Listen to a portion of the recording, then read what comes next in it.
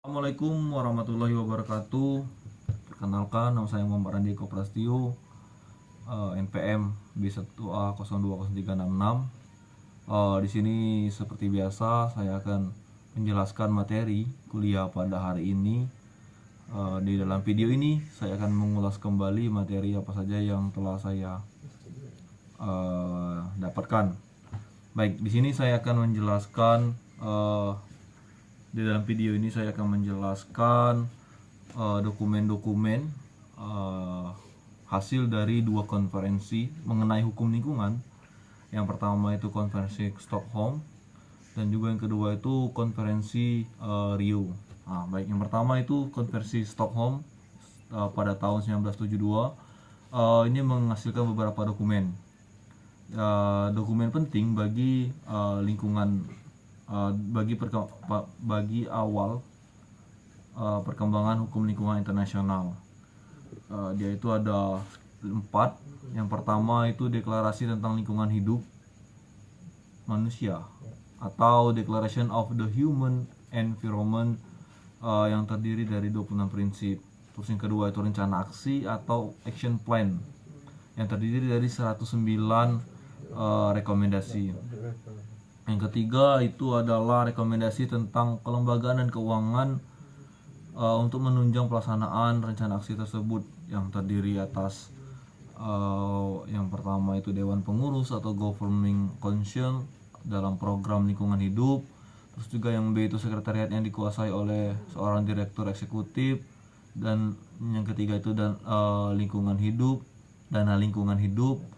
Dan yang keempat itu adalah Badan Koordinasi Lingkungan Hidup atau UEP, atau Inggris atau Latina itu United Nations Environmental Program, yang berkedudukan di Nairobi, Kenya, negara Kenya.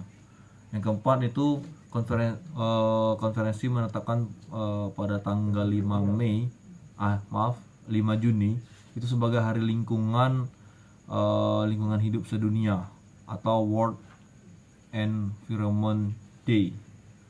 Itu adalah dokumen-dokumen mengenai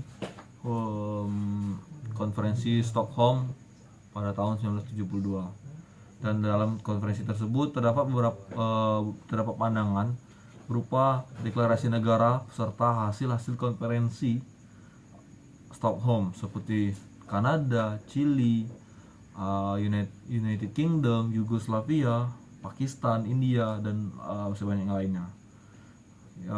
Dan menilainya, mereka atau negara-negara tadi saya sebutkan itu menilainya sebagai first step in developing international environmental law.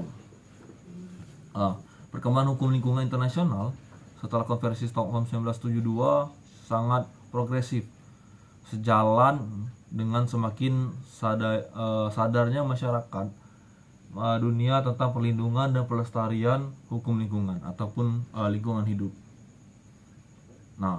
Setelah materi hasil konferensi Stockholm 1972 tersebut telah habis dibahas ataupun dikupas, dilanjutkan materi lain yang jauh lebih banyak, yaitu materi tentang hasil-hasil konferensi tingkat tinggi atau KTT, atau juga umumnya itu KTT Bumi, atau bahasa Inggrisnya itu Earth Summit di Rio de Janeiro pada tanggal 3 sampai 14 Juni tahun 1992. Itu lanjutan dari pembahasan di Stockholm yang juga dikenal dengan konferensi PBB tentang lingkungan dan pembangunan atau United Nations Conference on Environment and Development atau UNCED. KTT Bumi atau KTT Rio de Janeiro pada tahun 1992 ini menghasilkan beberapa dokumen internasional penting yang sifatnya lebih legacy binding atau legally binding, yaitu sebagai berikut. Yang pertama itu agenda 21 yang berisi tentang implementasi komprehensi pembangunan berkelanjutan atau Sustainable Development. Yang kedua itu United Nation Framework Convention on Climate Change atau Konvensi Kerangka Kerja PBB tentang perubahan iklim. Yang ketiga itu United Nation Convention on Biological Diversity atau Konvensi PBB tentang keanekaragaman hayati.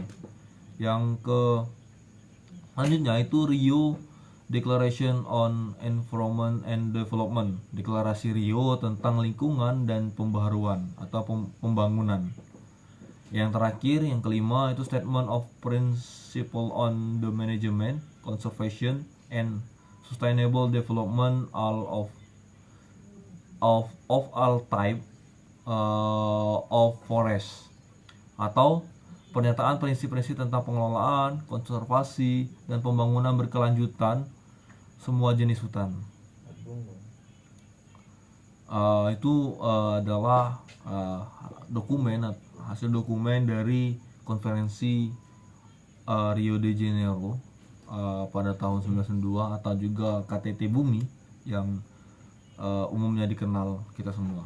Nah, deklarasi Rio ini merupakan bentuk penyempurnaan dari deklarasi Stockholm pada tahun 1972, dan deklarasi Rio ini atau KTT Bumi ini mempunyai kekuatan sendiri bagi materi hukum internasional karena ia memberikan dasar atau konsep-konsep tentang pembangunan berkelanjutan.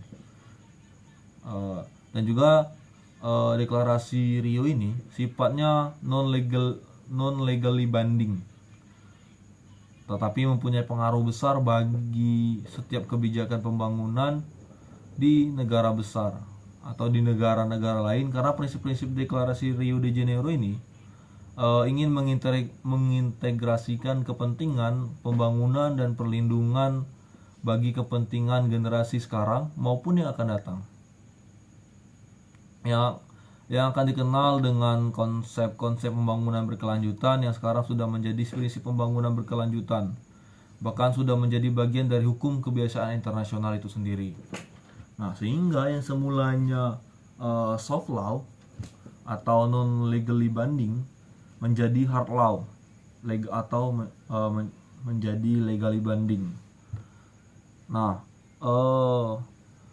mungkin itu saja yang dapat saya jelaskan atau saya ulaskan mengenai materi yang saya pelajari pada hari ini mengenai latar belakang atau lahirnya hukum lingkungan di dunia internasional itu sendiri khususnya, dan khususnya lagi mengenai pembahasan mengenai dokumen-dokumen